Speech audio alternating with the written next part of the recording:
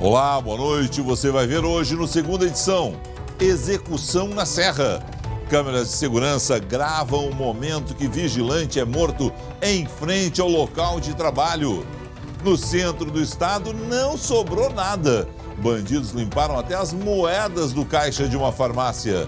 Na região metropolitana, em uma das cidades mais violentas do estado, que registrou 42 assassinatos entre janeiro e maio, a polícia deixa de registrar crimes em flagrante. Polêmica em São Leopoldo. Moradores que ocupam terreno pedem para que ordem de despejo não seja cumprida amanhã. Na previsão do tempo, o frio intenso está com os dias contados aqui no estado. O SBT Rio Grande, segunda edição, está no ar.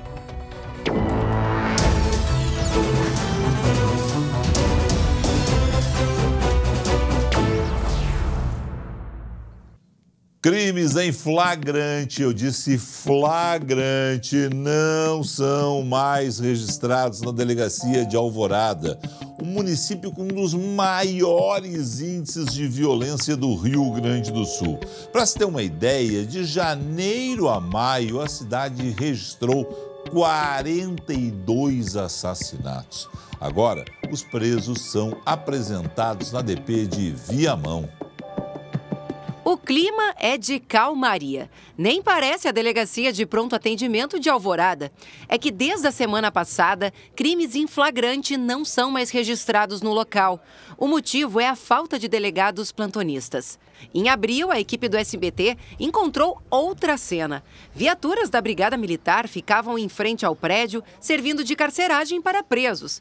Até um veículo oficial fora de uso serviu para uma detenta que estava deitada no chão.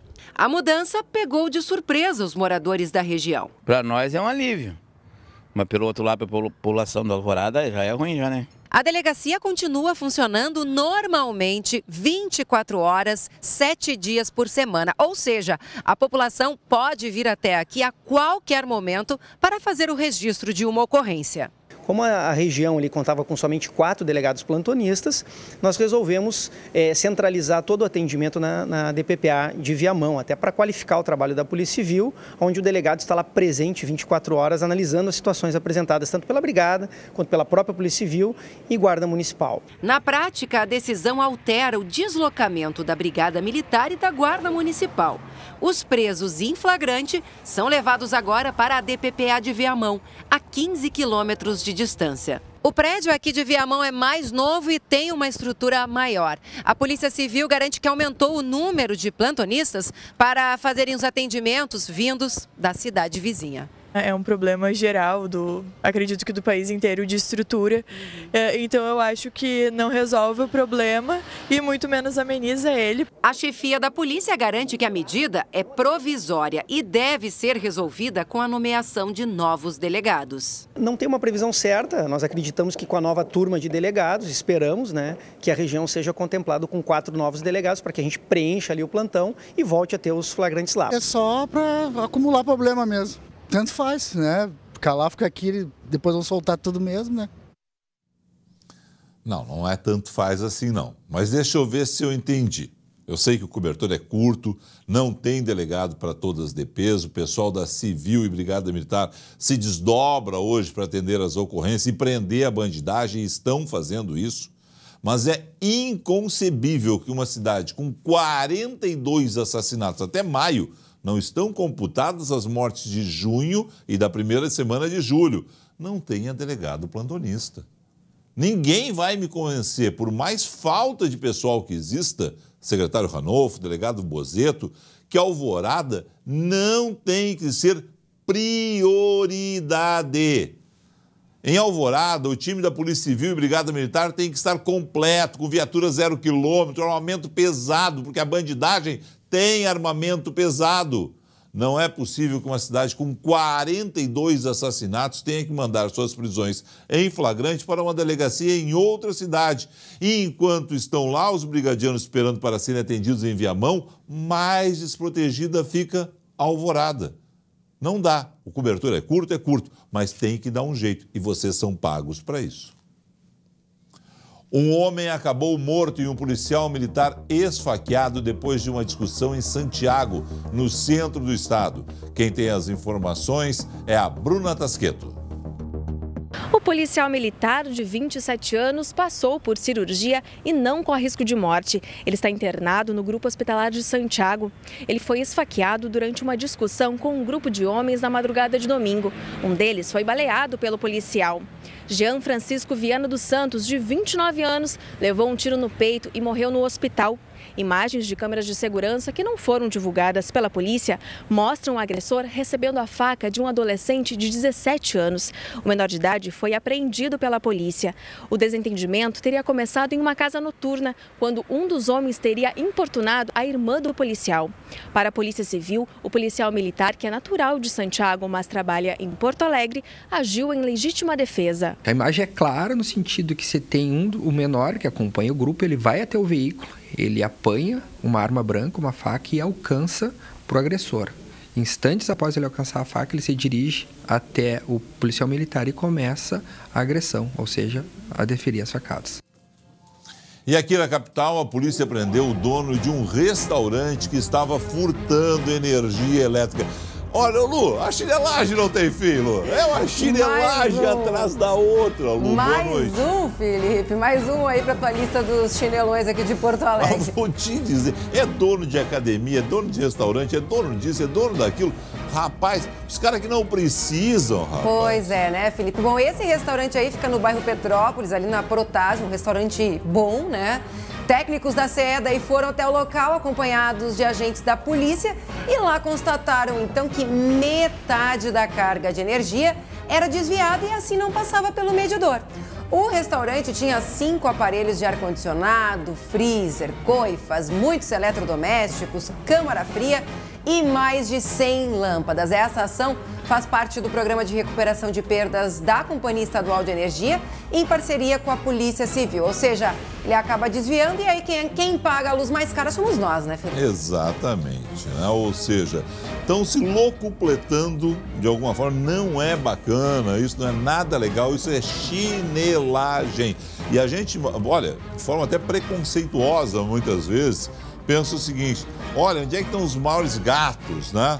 Nas vilas, nas regiões pobres. Todo mundo pensa isso, né, Felipe? Exatamente, isso é um preconceito. E a Lu, há uns 3, 4 meses a gente Vem sim, a gente vem mostrando isso aqui. Inclusive, esses tempos, o Guilherme Roquette, né, fez uma reportagem com o pessoal da SEC e mostrou exatamente que as maiores perdas são nos gatos de pessoas de classe mais alta. Eu ia dizer, vem vendo. Exatamente, empresas, Por isso que eu parei, né, academias, escolas. Mas vem vendo essa situação, Exatamente. Rapaz. Chinelagem, vou te dizer, rapaz. Dono de hotel, academia, escola. Agora, esse é o Marcelo's, um restaurante conhecido em Porto Alegre. Pois é, um restaurante de filés, né? Exatamente. Mas aí, né, Felipe, quem paga o pato somos nós, porque de pouquinho em pouquinho, cada um rouba um pouquinho e a gente é que paga um pocão a mais. E prejudica a concorrência, que fica uma concorrência desleal nesse caso aí.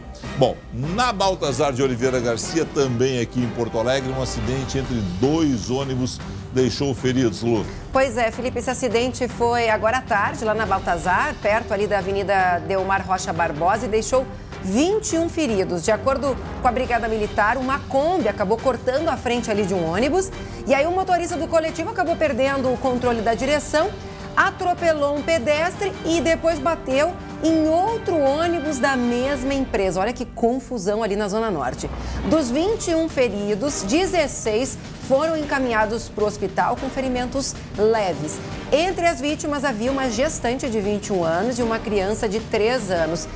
Pelo menos, né, Felipe, ali depois dessa cena aí, 2 ônibus atropelados, né, enfim, não houve nenhuma vítima, né, com ferimentos mais graves, porque poderia ser diferente. Podia ser realmente algo trágico, né, uma colisão forte de 2 ônibus, né? Por 21 sorte, não. feridos, 16 já estão liberados, 5 ainda estão aí sendo melhor analisados os casos deles. A gente vai torcer para todo mundo se recuperar brevemente. E teve um outro acidente, né? Nesse caso envolvendo 4 carros assustando aí os motoristas que passaram pela RS 118 em Viamão. Vocês passaram, inclusive, pelo local, a nossa equipe. Essas imagens aí foram feitas pela equipe que estava com você lá em Alvorada e Viamão, Lu. Exatamente, Felipe. A gente estava fazendo ali o caminho entre Alvorada e Viamão e aí nos deparamos com essa cena. Um carro praticamente em cima do outro, né? Por pouco ele não capotou. E, enfim, foram 4 carros ali envolvidos. Por sorte, não teve também nenhum ferido grave, né? Apenas danos materiais. Testemunhas relataram que aquela Duster, que acabou ali em cima de outro carro, né? Montada ali, olha só que cena. Ela estava no acostamento e acabou ingressando na pista em alta velocidade. Claro que agora a polícia vai apurar os fatos, né? Com mais detalhes. E apesar do susto, ninguém se feriu. Esse acidente aí aconteceu na 118, pertinho lá da 040, Felipe. Mas montou em cima dos carros, Montou. É uma cena mesmo impressionante. A gente até ficou com um pouco de receio para ver se havia algum ferido mais grave. Ali no carro que ficou embaixo havia uma criança dentro, mas estava todo mundo bem. Por sorte, só a cena mesmo assustadora e a criança bastante assustada. Normal, né? Ainda bem que tudo terminou bem. A Lu volta em instantes com a previsão completa do tempo e tem virada no tempo. Vai ter um calor essa semana no Rio Grande do Sul, em instantes, hein? Na cidade de Caxias do Sul, um vigilante de 64 anos foi morto na frente do local onde trabalhava. O crime foi gravado por câmeras de segurança. As imagens registram a aproximação do assassino. Neste outro ângulo, é possível ver que ele passa pela vítima, que conversa com outro homem. O bandido volta e dispara contra Manuel Severino de Lima, 64 anos. Ele corre para tentar fugir e busca abrigo nesta agropecuária, mas não resiste aos ferimentos. Testemunhas ouviram pelo menos 5 tiros. As marcas dos disparos ficaram nos carros estacionados na rua. O indivíduo passou pela vítima, procede ao reconhecimento dela visual, saca a arma e efetua disparos de arma de fogo. Então, a princípio, há uma motivação específica contra essa pessoa. O crime aconteceu no final da tarde da última sexta-feira, em frente à empresa onde a vítima trabalhava como vigia há cerca de 2 meses. Ele costumava ficar aqui 1 hora por dia durante o fechamento da loja. Funcionários e proprietários não quiseram gravar entrevista por medo, mas contaram que Manuel era um homem muito tranquilo e carismático. A polícia iniciou a investigação nesta segunda-feira. Por enquanto, o caso é um grande mistério. Antecedentes criminais, indiciamentos de ocorrências policiais, nenhuma de relevância que levasse a essa prática. Entretanto, se sabe que esse histórico pregresso tem que permear a vida dele como um todo. Muitos fatos podem não ter vindo ao conhecimento policial. Temos que ver questões passionais. O corpo foi sepultado no sábado, em Júlio de Castilhos. E descendo a serra, no Vale dos Sinos, famílias que ocupam o terreno de uma empresa no bairro Campina, em São Leopoldo, precisam deixar a área até amanhã. Só que sem ter para onde ir, elas estão pedindo que a desapropriação seja feita apenas após o inverno. Eles sofrem com o frio e com a dúvida. Como será o amanhã? São mais de 200 pessoas, 85 famílias, como a da Natália, que mora com os 4 filhos neste casebre. Muita gente já desmanchou as casas e já foram, mas nós que estamos aqui não temos para onde ir realmente. O local, no bairro Campina, em São Leopoldo, não tem luxo. Inclusive sofre com os alagamentos. Mas o pouco já é o suficiente para fazer falta para eles. O proprietário da maior parte da área pediu a desocupação para a construção de um empreendimento. E o prazo se esgota nesta terça-feira. A gente queria regularizar, cada um pagar seu terreno, ou a prefeitura, algum órgão dar alguma outra solução para a gente, né? Alguma área regular, que ninguém quer viver irregular aqui. Algumas casas até começaram a ser destruídas. Ficaram algumas coisas para trás, porque os moradores não tinham mais esperança de ficar aqui. Mas tem outros que não sabem como vai ser o futuro. É o caso, por exemplo, do Márcio. Ele cuida do sogro, de 70 anos, que é doente e não sai da cama. Não temos para onde ir, não tem com quem a gente contar para poder, vamos levar ele para onde? Não temos. Drama parecido vive dona Rosângela, que depende da máquina de oxigênio. Não sei para onde que eles vão querer botar nós. Vão chegar e derrubando tudo, mas prejudicando todo mundo.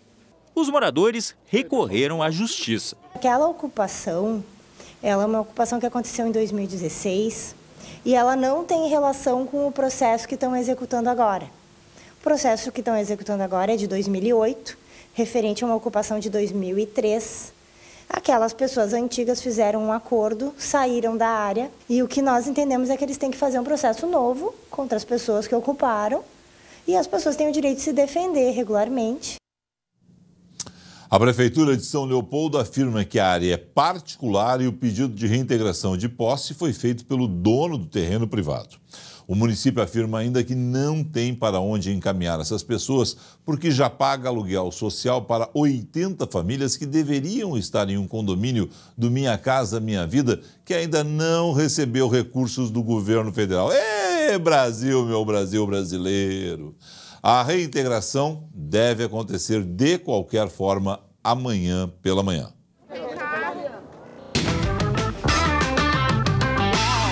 A hora dela. Débora de Oliveira, tudo bem? Oi, Felipe. Graças a Deus, acabou. O Brasil é campeão, Peru é vice. Everton e Guerreiro estão de volta. Vai começar a Copa do Brasil, Brasileirão. É por isso que então, graças a Deus, né? Tá feliz, tá com saudade, né? Muita gente tá com saudade, mas vai acabar essa saudade com 2 jogaços. 2 decisões valem vantagem, né, para os jogos da volta. Jogos classificatórios, vamos dizer assim, porque o primeiro jogo sempre já nos deixa uma palhinha do que vem na segunda partida, do que é preciso na segunda partida. E os 2 nomes da decisão desse domingo vão estar de volta a campo. Essa é a tendência, né, Felipe? Exatamente. Guerreiro, titular contra o Palmeiras, que é um reforço tanto para o Internacional. Ele que foi o único jogador a conseguir marcar gol na seleção brasileira. Que estava passando invicta, né? Pelo Peru e por todas as seleções que teve pela frente nos 5 jogos até o título da Copa América. E no caso do Grêmio, nem preciso dizer a força do Cebolinha, né? Cebolinha. Porque o Cebolinha foi galgando espaços, né, na seleção brasileira, acabou se firmando como titular e ontem, no jogo decisivo, fez o primeiro gol, cavou um pênalti, foi um dos artilheiros da competição ao lado do próprio Guerreiro e ainda eleito o melhor em campo. Então, chega com moral credenciadíssimo para o jogo contra o Bahia, nesta quarta-feira, 7h15 na Arena. São 2 reforços super importantes e sobre o título, preciso dizer que é um título gaúcho, né, Felipe? Por quê? Tite, Tafarel. Tite é gaúcho, Kleber Xavier é gaúcho, Tafarel é gaúcho, Everton é gaúcho, Guerreiro é gaúcho, Arthur é gaúcho. Até o Guerreiro não botou isso. Os últimos 3 não são gaúchos, mas são quase nossos, né? Não venham me dizer que não são nossos. O Alisson, que não falou. Novo Hamburgo. O Alisson, deixei pro final. O Alisson é de Noia. O Alisson eu deixei pro final porque justamente, entendeu? Ele não é só gaúcho, ele é de Novo Hamburgo, entendeu? Foi natural que ele seria o melhor goleiro da competição, uma defesa menos vazada. Ele teve escola, entendeu? E foi na minha cidade. Então tá bem. Quarta-feira, dupla Grenal em campo e tudo passa pelo SBT Esporte. E o Felipe vai matar a saudade assim como você de casa. Eu falo sempre em nome de Rede H Farma de Farmácias, que cuida com o coração.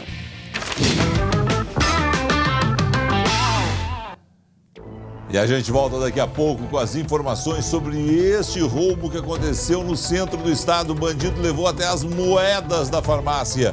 E ainda as informações da previsão do tempo. Para quem não gosta do frio, a gente tem boas notícias. O frio intenso está com os dias contados. Voltamos em instantes.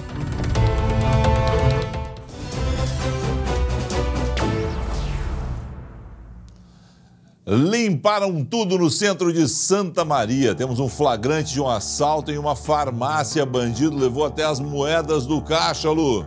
Pois é, né? Olha só o que ele fez, esse atendente, né? Obrigou o atendente a fazer. O bandido levou tudo, fez a limpa. O atendente ali, a vítima, disse que ele falou que estava armado e aí com medo atendeu as exigências, né? Que era inclusive virar ali aquela gaveta ali, né, do caixa onde guardava as moedas. A quantia roubada não foi divulgada e isso aconteceu, Felipe, no sábado à noite, um pouquinho antes das 9 horas da noite. A gente vê ali que a farmácia já não tinha movimento, né? Bom, Lu, e a previsão do tempo, hein? Quer dizer que agora é o seguinte, a gente vai pegar e tirar toda aquela roupa que a gente estava entrochada.